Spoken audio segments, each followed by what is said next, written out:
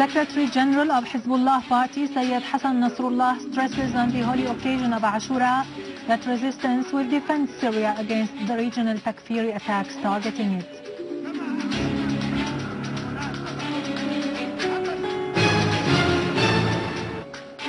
In a joint press conference with his Egyptian counterpart, Lavrov stresses the importance of finding a political solution to the crisis in Syria through the Geneva conference.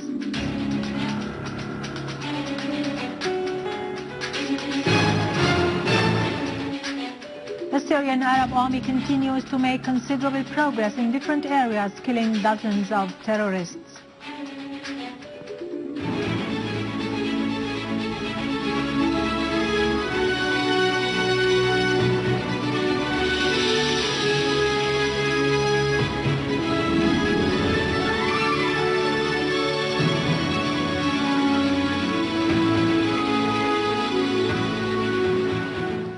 Good afternoon, ladies and gentlemen. I am Yarado Krikorian from the News Center in Damascus. Hezbollah Secretary General Hassan Nasrullah has said Syria has embraced and supported the resistance in all its stages. We support Syrian dialogue and political action to solve the crisis there, he added. In his speech marking the religious Ashura Day, Nasrullah said the presence of the resistance on the Syrian land aims at defending Lebanon and the Palestinian cause in the face of the international regional Takfiri assault on Syria and the region. We will continue to be in Syria as long as this assault is there, Nasrullah affirmed. Hezbollah Secretary General said the resistance is ready with all its potentials and weapons to protect Lebanon and its fortunes and will continue to confront the Israeli threat. He pointed out that the resistance rejected all projects of partition, asserting the need for each country to preserve its territorial integrity and to wisely address its internal problems through dialogue and political solutions.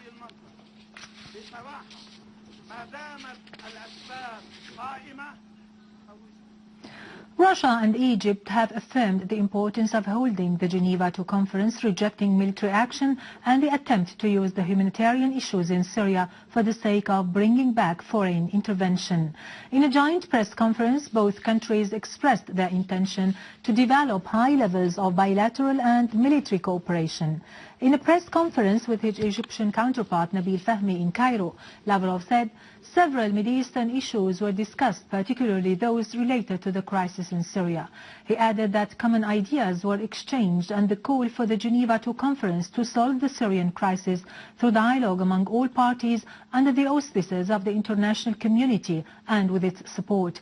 We know Egypt's role and activity for bringing about a peaceful settlement to the crisis in Syria, Lavrov said, adding that Russia and Egypt shared a joint positive assessment of the work carried out within the framework of eliminating the chemical weapons in Syria and implementing the UN program in this regard.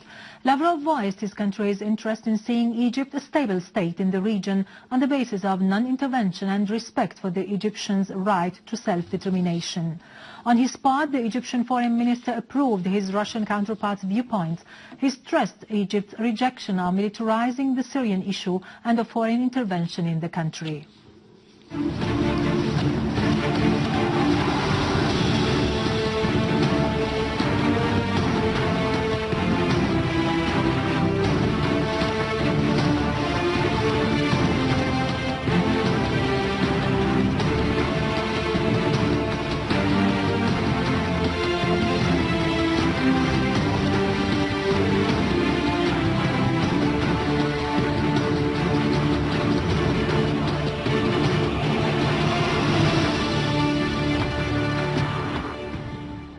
A military source in Daraa countryside pointed out that a Syrian Arab Army unit set up an ambush for 20 terrorists, the majority of foreign nationalities, near the national forest between Tsil and Noa, killing all of them, including Saudi terrorist Hassan Salim al-Saudi, and confiscating their weapons and ammunition.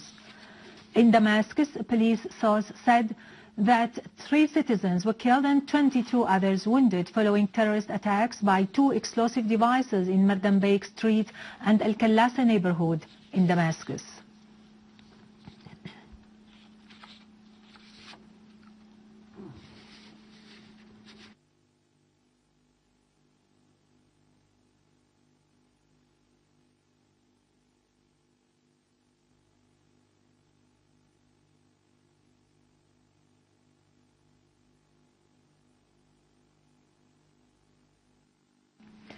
Syrian Arab Army gained full control on the city of Hejera in Damascus countryside following a successful operation during which several tunnels used for smuggling weapons and ammunition were discovered.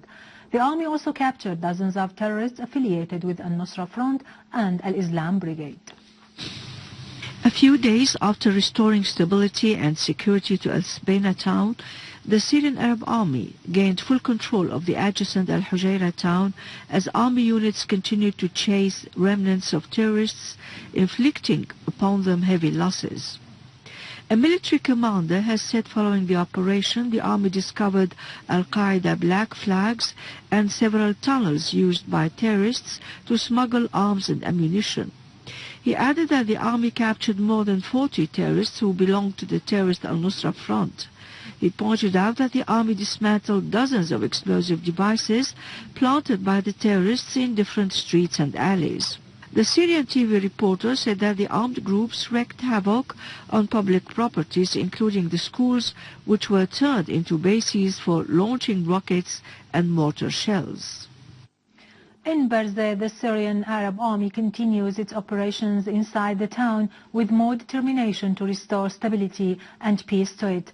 A military commander pointed out that a number of building blocks used for targeting civilians were cleared of terrorists, as army units discovered a number of tunnels and dens used by gunmen to smuggle arms and move from one area into another. Our TV correspondent said the army discovered a new tunnel equipped with cameras and electric devices. It is 5 meters high that big trucks can pass through it.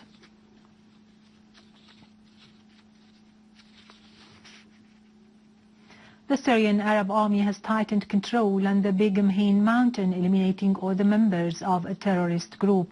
Another army unit destroyed 3 vehicles loaded with ammunition and weapons in the surroundings of Mheen. The army also intercepted 2 terrorist groups who tried to infiltrate from Al-Ghasibiyeh to Al-Dwair village and from Al-Wa'ar farms in the direction of Al-Qarabis. The army killed and wounded the terrorists and destroyed 2 vehicles that were provided with machine guns and a bulldozer. Other army units eliminated terrorist gatherings in Al-Khalidiyeh, Khalij, Kisin and Al-Hadath, destroying 3 terrorist vehicles. In the city of Homs, all the members of a terrorist group were killed near Shamsi Pasha Mosque in Al-Qusur, Babhoud and Al-Warsha neighborhoods.